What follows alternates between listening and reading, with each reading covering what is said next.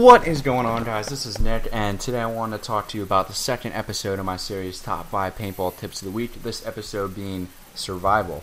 Now, survival in paintball is very different from survival in the wilderness, because in the wilderness you die, and in paintball you get bruises. Both suck, but I think we know which one is worse. Yeah, I'm talking about the bruises. Okay? Paint hurts, unlike airsoft. Alright, so, tip number one, if I sound like a retard. Okay, here we go. Look where you're running. Yeah, that sounds stupid. But what I'm trying to say is that you want to make sure you know where you're going to go. Form up a game plan. Take a second when you're playing and just think. Just calm down, take a deep breath, and think about what you're about to do. Because I've seen a lot of stupid people, of course not myself, just rush in, take really bad cover position. Like, you see a tree that just looks fantastic. The bark is just... it's just so beautiful looking. You get behind it, all ready to use it as your meat shield, and then, you know, people get behind you, they shoot you, you get pissed off, you hate the tree, you get a divorce, you know, whatever happens. Okay, I'm not gonna go there, but just make sure you have an idea of what your surroundings, basically. You always want to have a good handle on what's going on around you when you're playing paintball, because being shot in the back is not fun. Okay, tip number 2, get a buddy.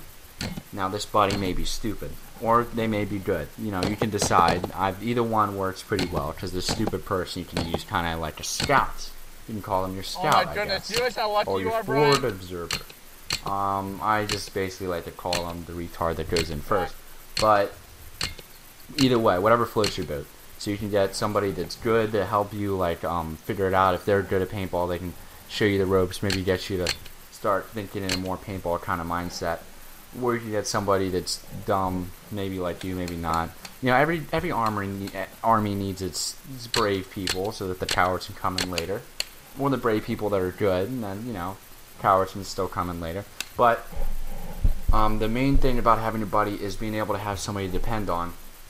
Also, it makes it more fun. But you can use your buddy to cover you if you're trying to get from one position to the next. I found that works really well, like covering fire kind of thing. You want to go around to hop across a building, have your buddy sit on the corner and make sure nobody shoots you while you're running across. And then you do the same for him or her, whatever. And that's usually a really good system for moving from place to place on the paintball field. I can't see. Notice I didn't say battlefield. Okay, number 3, move periodically. Now, what I mean by this is that you don't want to stay in one place too long, otherwise people are going to come in around, flank you, or they're just going to get pissed off at you and yell at you later on. So you always want to move probably every 5 minutes or so, or whatever time seems good to you, whatever chance you can get. You just don't want to stay in one place the whole game, because then you're not really helping your teammates, you're not pushing forward, you're not really doing anything, except for just being part of that building. You want to be part of that building. You want to be... Paintball is a very aggressive sport, I think is the best way to describe it. And to be good at it, you have to be aggressive yourself. I'm not saying charge in there with the freaking American flag strapped to your back, but just don't be the guy who just sits in the corner the whole game and really just shoots waste paint, because you're too far to hit anybody anyway. Okay, number 4, present a small target. Now, what I mean by this is that you want to make sure that whoever's shooting at you has the smallest view of you that you can possibly make. Now, this may seem obvious, but I've seen people that are just stand right out in the open. So this one's pretty straightforward. Just try to make yourself as inconspicuous as possible. Just present what needs to be present, like your gun, your mask. Use your just look before you just aim and run down somewhere. Just make sure that it's clear. Just try not to be stupid, basically, that one. Okay, and number 5, the last tip, stick with other people. Now, I've seen people go off lone wolf, and they do fine. But the average beginner player usually will do better if they try to stick with, other people around them.